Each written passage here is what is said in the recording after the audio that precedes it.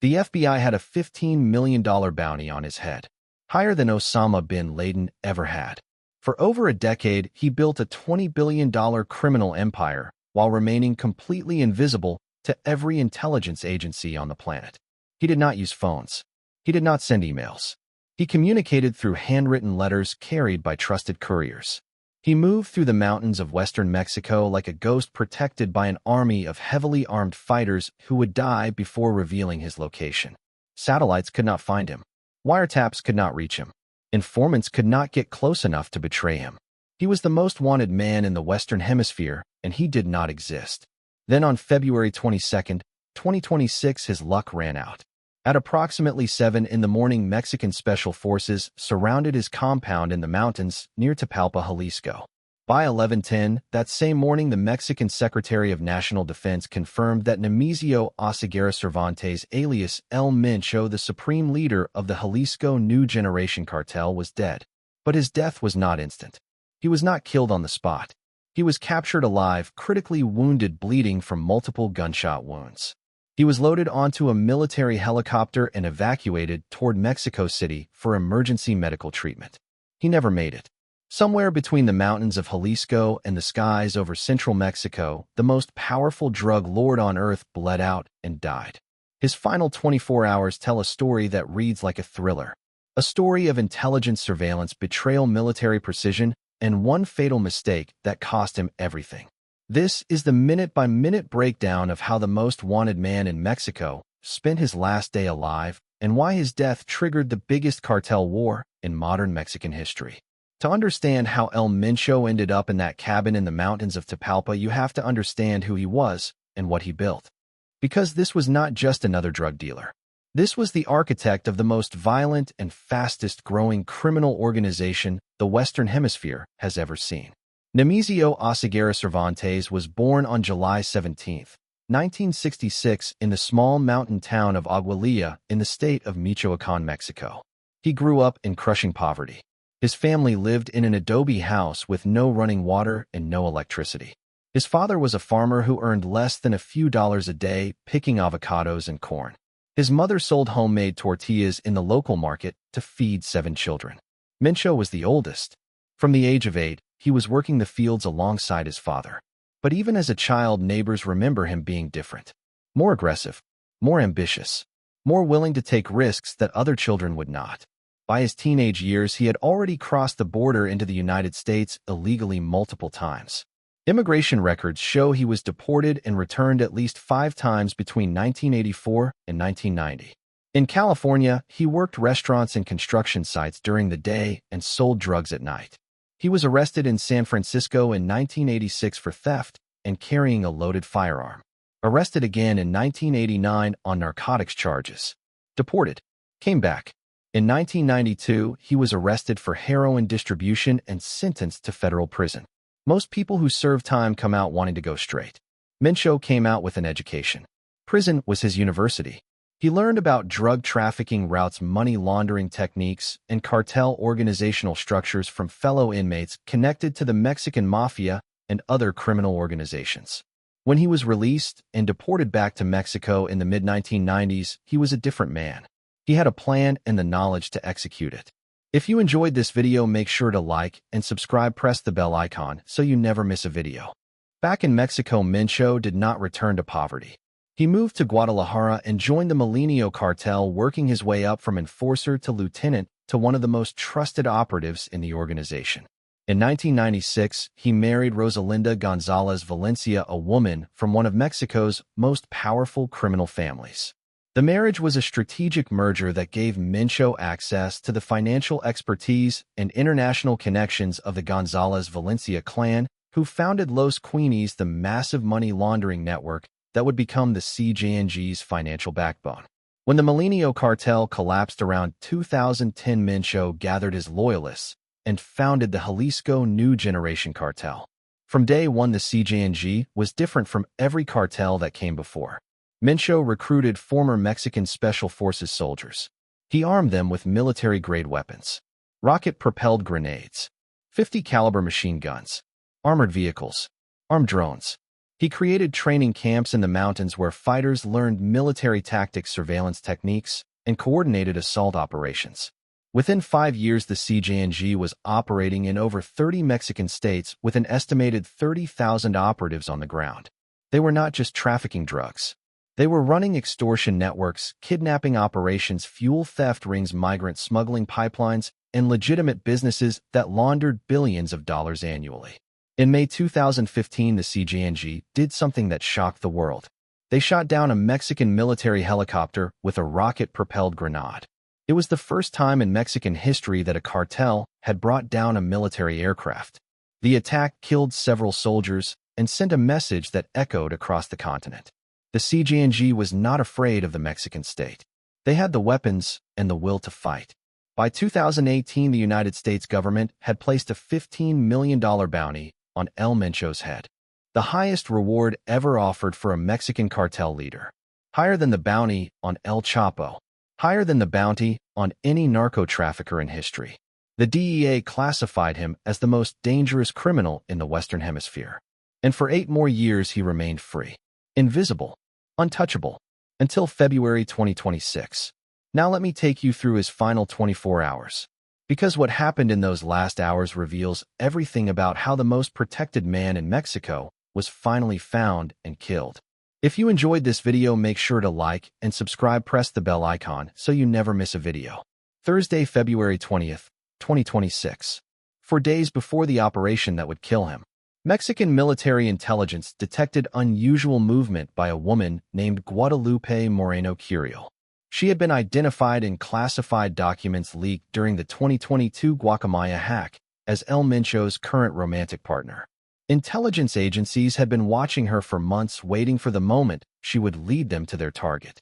On this day, they observed a trusted associate transporting Moreno Curiel toward the mountain town of Tapalpa, Jalisco. Tapalpa is a small, picturesque town in the highlands about 80 kilometers from Guadalajara. It is classified as a Pueblo Mágico, a magical town known for its pine forests, cool mountain air, and rustic cabins. But it also sits deep in CJNG territory. The mountains around Tapalpa have been used by the cartel for years as hiding places and meeting points. Intelligence operatives followed Moreno Curiel to a cabin complex near a ranch called El Pinto, located approximately 7 kilometers from the center of Tapalpa, near a dam called the Nogal. El Mencho was already there. He had arrived separately using a different route with a small, heavily armed security detail. He had swept the area. His lookouts were positioned along the approach roads. He had no electronic devices. He was confident his location was secure. Friday, February 21st, the day before the operation. Moreno Curiel spent the night at the compound with El Mencho. The next morning she left. El Mencho stayed. This was the critical moment. Military intelligence now had confirmed visual and signals intelligence that El Mencho was at the location and that he was remaining there after Moreno Curiel's departure. They had their target locked, but they did not move immediately. They needed time to plan. They needed to position forces. They needed to ensure that the assault would be overwhelming enough to prevent escape. That afternoon, reconnaissance helicopters made a subtle pass over the area. 2 military helicopters circled the Tapalpa Country Club complex and the surrounding terrain, then withdrew. Residents noticed the unusual activity, but it was not alarming enough to trigger a full alert. It was a scouting mission. The military was confirming the target location and mapping the terrain for the assault that would come at dawn. If you enjoyed this video, make sure to like and subscribe, press the bell icon so you never miss a video. Saturday evening, February 21st, El Mencho was at the compound with his inner security ring.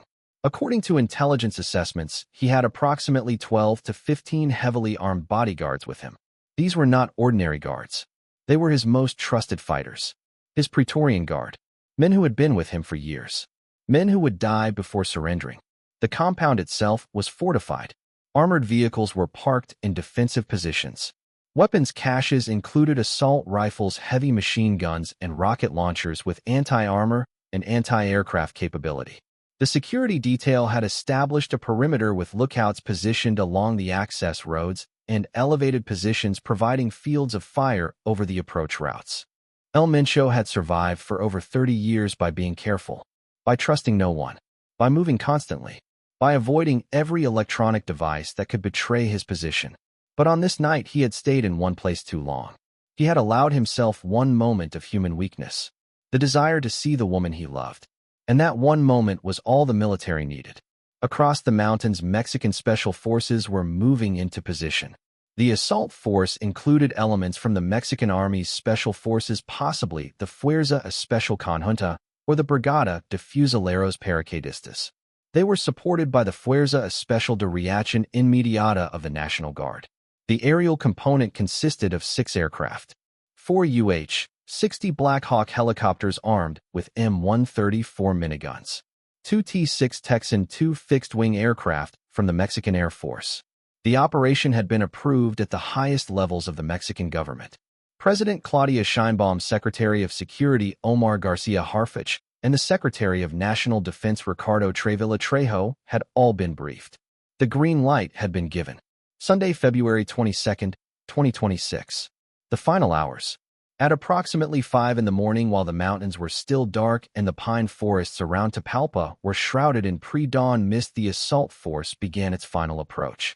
Ground teams moved through the forested terrain on foot, approaching the compound from multiple directions. The helicopters held their positions out of earshot, waiting for the signal to move in. If you enjoyed this video, make sure to like and subscribe, press the bell icon so you never miss a video. At approximately 7 in the morning, as dawn began to break over the mountains, the operation was launched. The helicopters appeared over the tree line, moving fast and low. The Blackhawks, armed with miniguns, began making tight circles over the compound and the ranch. Within minutes, the first shots were fired. The armed helicopters opened fire on ground positions, while Special Forces teams advanced along the rural roads and through the forest toward the compound. El Mencho's security detail responded immediately.